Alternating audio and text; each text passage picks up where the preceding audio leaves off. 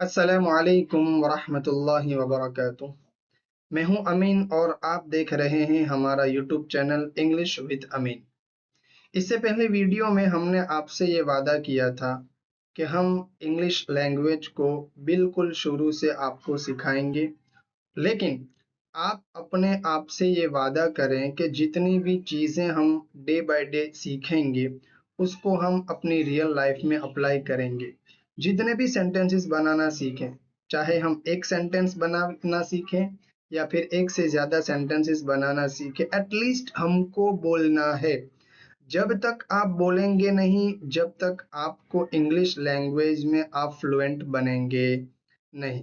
ये बिल्कुल यूं समझो कि कायदा ही है कि जब तक कोई भी इंसान सीखी हुई चीज के ऊपर प्रैक्टिस नहीं करता है, जब तक वो उस फील्ड का मास्टर बन सकता नहीं है। आपकी ही बात ले लो। अगर आपने अगर आपको आता है बाइक चलाना या फिर आपको फोर व्हील चलाना आता है, सामने वाले ने आपको कितने दिन में सिखा दी थी? आपको का तो 15 दिन का कोर्स करवाया होगा, का तो 2 दिन का करवाया होगा। आप अपने दोस्त के साथ जाते होंगे तो दोस्त ने आपको 2 दिन चीजें समझा दी, देखो इस तरह चलाना होता है। और आपने उस इंसान की बताई हुई चीज को फॉलो किया, फिर उसको प्रैक्टिस करते रहे और आज आप इतने अच्छे ड्राइवर बन गए हो कि आपको चीज़ों को बोलने की और बताने की ज़रूरत पड़ती नहीं है। डायरेक्ट ऑटोमेटिकली अपना हाथ भी वहाँ पहुँच जाता है जिसकी चीज़ की ज़रूरत होती है, और पाँव भी वहाँ पहुँच जाता है जहाँ पर जिस चीज़ की ज़रूरत होती है। ठीक है? चलिए, ठीक इसी तरह आज भी आप अपने वादे को याद रखिए कि हमको अपने आप से ये वादा करना है कि जो भी चीज़ हम सीखेंगे उसको क्या करेंगे, रियल लाइफ में अप्लाई करेंगे। अच्छा, बेसिक से हम चालू करेंगे और बिल्कुल आखिर तक पढ़ते जाएंगे, सीखते जाएंगे और हम अपनी लाइफ को इम्प्रूव करते जाएंगे। चलिए, अच्छा, सबसे पहली बात मैं आपको ये बता दूं कि कुछ चीज़ों को समझना ज़रूरी होता है। अगर शुरू में आपने कुछ चीज़ों को समझ लिया तो फिर आगे चलकर आपको क्या सिर्फ इशारा करना पड़ेगा कि देखो ये सेंटेंस इस तरह बोला जाता है। एबीसीडी से चालू करेंगे, लेकिन एबीसीडी से चालू करने के साथ साथ आपको बहुत सारी ऐसी चीज़ें मिलेंगी जो आप अब तक हो सकता है कि आपको पता न हो, तो आपको एक नई मालूमात मिलेंगी। बने रहिए हमारे साथ, आगे चलते हैं, हम अपने लेसन को आगे बढ़ाते हैं। देखिए, सबसे पहले आपके सामने हमने लिखा है कैपिटल लेटर्स। इसका मतलब ये होता है कि ये पहली एबीसीडी जिसको आप अपनी लैंग्वेज में समझते हैं कि या भाई ये पहली एबीसीडी है, तो उसको कहा जाता है कैपिटल लेटर्स। अच्छा, आपके सामने ए से लेकर जेड तक हमने पूरा लिखा हुआ है। देख लीजिए, हम आपको बताते हैं।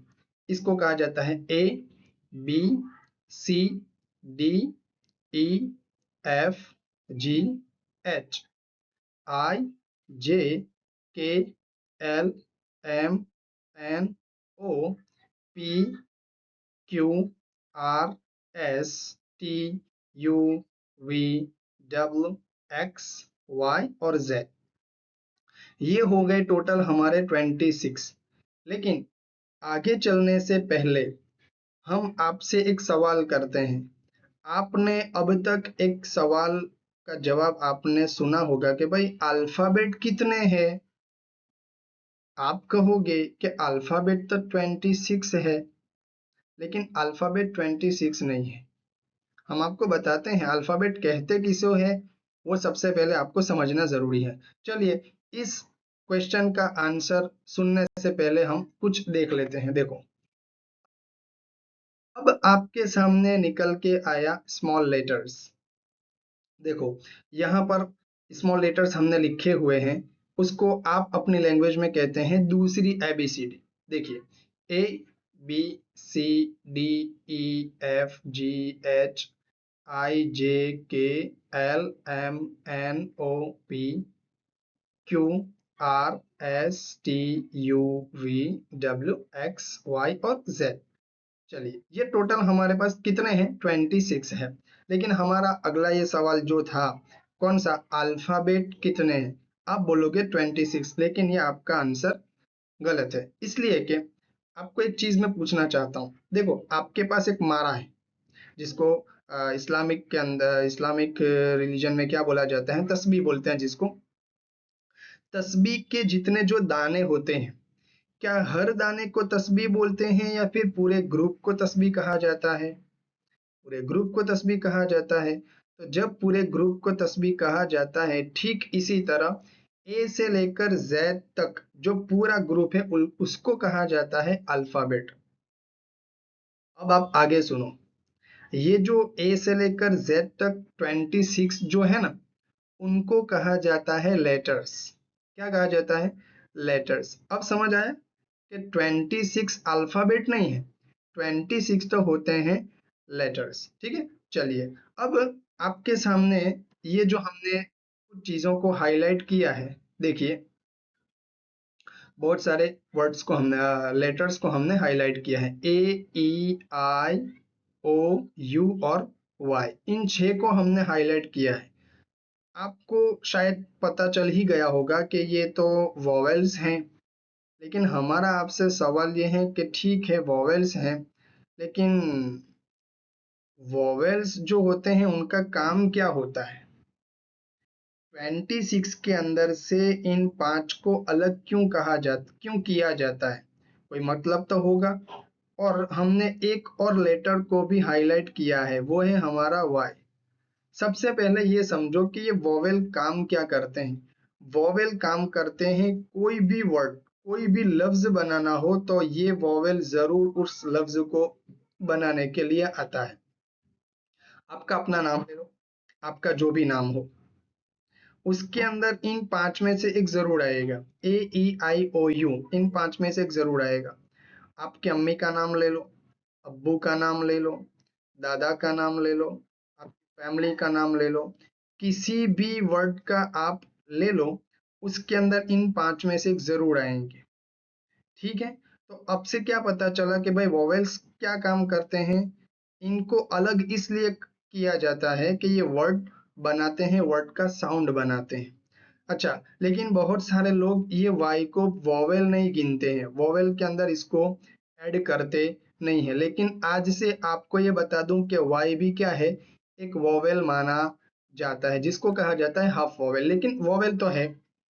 आप कहोगे कि ऐसा कौन सा वर्ड है जिसके अंदर वाई यूज होता है? बहुत सारे वर्ड्स ऐसे हैं जहां पर वाई का इस्तेमाल यूज होता है। जैसे आपको बहुत सारे बता दूं, दो चार, जैसे क्राई है, फ्राई है, शाई है, वाई है, क्राई है, फ्लाई है, बहुत सारे वर्ड्स ऐसे हैं जहां पर ये वाई आता है।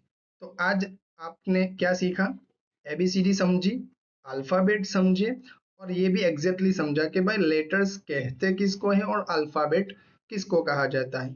अब देखो, वॉवेल्स का काम भी हमने समझ लिया। अब थोड़ा सा आगे चलते हैं। देखिए, हमने वॉवेल आपको बताए, ए, ई, आई, ओ, यू और फिर वाई, ये 6 हमारे क्या हो गए? वॉवेल्स। अच्छा, ये जो टोटल 26 थे, 26, उसके अंदर से हमने इन 6 को निकाल दिया। अब हमारे पास बचे कितने? 20। तो ये जो 20 बचे हैं उनको कहा जाता है कॉन्सोनेंट। उनको क्या कहा जाता है?